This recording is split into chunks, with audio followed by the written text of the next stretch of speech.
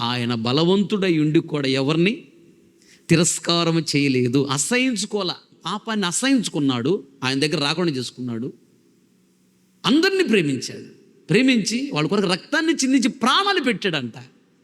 ఈ స్థాయికి మనం ఎదగాలి, అది పరిపూర్ణత. ఈ స్థాయికి ఎదిగిన వాళ్ళే పరలోక రాజ్యంలో ఉంటారు. ఈ స్థాయికి ఎదిగిన వాళ్ళే దీవించబడతారు. అన్నిట్లో బలవంతుడే, అన్నిటిని జయించిన బలవంతుడై ఉండి కూడా ఆయన ఎవరిని తిరస్కారం చేయలేదంట. మనం ఎంతమందిని తిరస్కరిస్తూ ఉంటాం?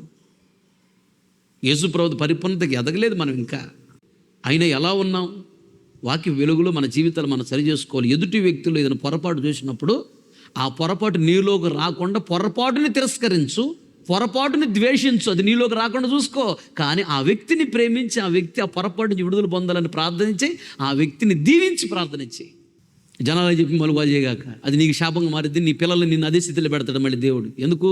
ఏది విత్తుకుంటే అది కోసుకోవాలిగా. ఒడ్డుకి ఎక్కావంటే లోపల ఉన్న వాళ్ళు కూడా ఒడ్డుకు లాగాలి.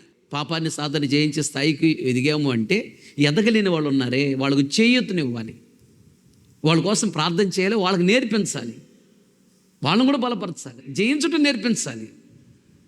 తిరస్కారం చేయకూడదు, అసహించుకోకూడదు.